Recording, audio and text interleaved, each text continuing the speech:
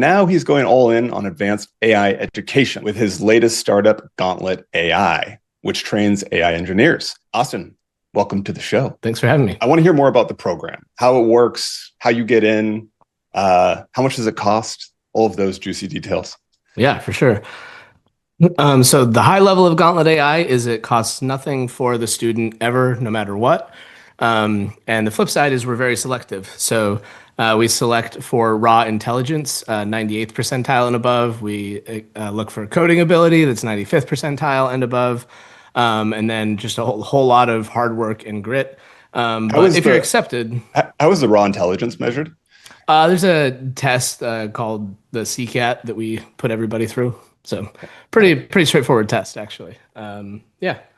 And then if you are accepted into Gauntlet, you start on, the reason we call it Gauntlet is every week there's a new challenge. And if you get through that challenge, you advance to the next week. If you advance through the first 3 weeks, we invite you out to Austen. We fly you out. We put you up in housing. We cover food. We cover laundry. We cover someone to clean your room. You're going to be 80 to 100 hours a week just focused on building with AI, whether that's building, agents and AI stuff, or whether that's using AI to write your code.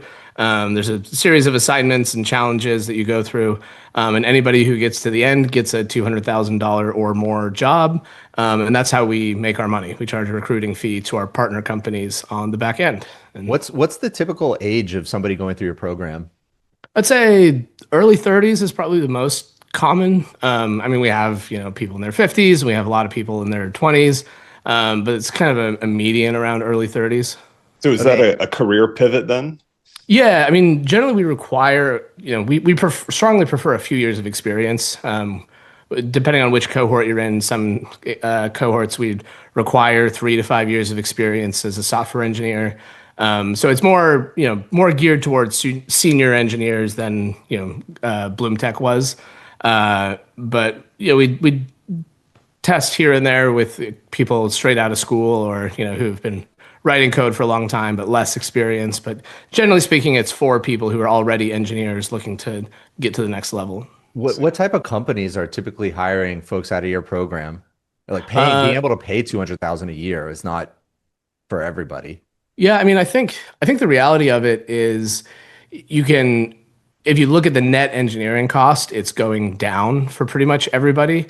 Because you can hire one really, really good person who knows how to use AI, and they can do the work of what used to be a team or even several teams in some instances. So we have our big names like Zapier and Carvana and Automatic that makes WordPress. But there's a lot of small companies that no one's ever heard of. A lot of PE-backed folks that are trying to, rebuild SaaS products or, reinvigorate their companies with AI. So it really kind of runs the gamut. And so you talked a little bit about the companies hiring and potentially being able to hire somebody more senior that can leverage artificial intelligence to write a lot more code a lot better. Does that mean there's going to be less software engineering jobs, or is it more companies are going to be able to do more? Yeah, I think it's probably the latter, but there'll be short-term effects and long-term effects that bounce around all over the place. Definitely we've seen, the companies that we work with come in and, if you ever have a chance to visit Gauntlet while it's in session, you should do so. We're in downtown Austin, but you just walk around and look at what people are building and how long they've been building it. And it's just software engineering is a completely new field now in a way that most people don't realize. So quite literally what I used to expect an engineer could do in 6 months, at Gauntlet, 24, maybe 48 hours. So we're seeing companies come in and, they'll hire a couple of people, and then we do corporate training of the existing team for our hiring partners. But yeah, we'll see, what used to be on the backlog for a couple of years all of a sudden is in production. We see more of that. And, if you give a founder, a 10x speed up of what their engineers are able to do, generally they don't run out of stuff that they would like to build. There's plenty to be built. There's plenty of need. And I think it actually changes the way that companies are built. So one example would be, some of our best companies that we work with, they've reduced their iteration cycle. So they go out to a potential customer, get a customer to commit to, if you had XYZ, then I would be a customer, immediately. And then they'll go build that over the next 72 hours and come back and say, okay, you're going to be a customer now. So it changes everything. Hybrid service slash like software business becomes much more tenable now that you can deliver that.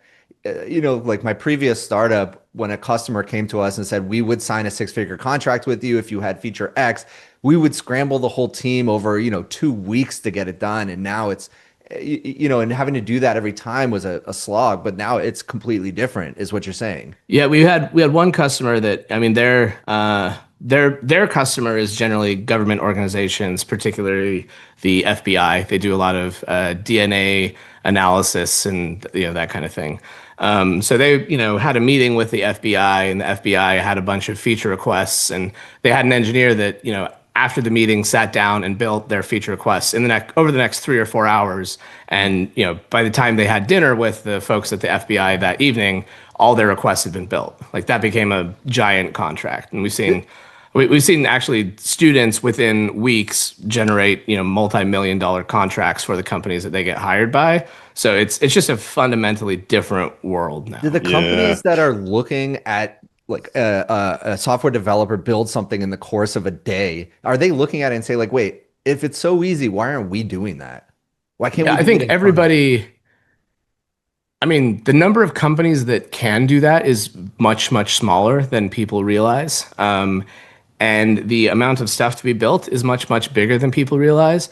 But everybody comes out, we used to joke that if you visit Gauntlet, your next 48 hours, you're not going to sleep because you have to rewire your brain around, okay, what does that mean for me? What does that mean for our competitive landscape? What does that do for our hiring? It just changes everything.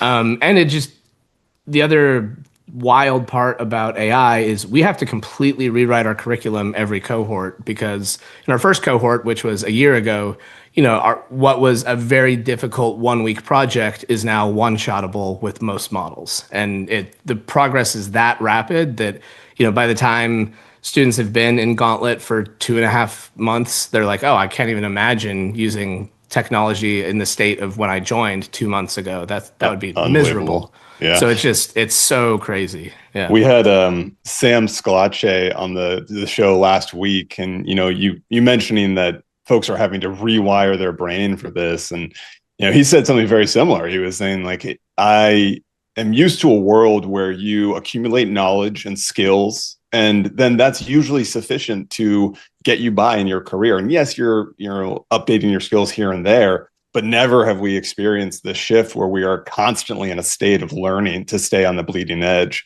Pretty interesting. Yeah, the consensus at Gauntlet is it takes about an hour a day just to stay on the bleeding edge. But if you spend that hour a day and you stay on the bleeding edge, that it's a vertical shift. So we preach to our students like, look, yes, your job is going to be very different 6 months from now versus what it would be today if you graduate. So just ride that wave. And if you ride that wave, you'll be unstoppable, Yeah.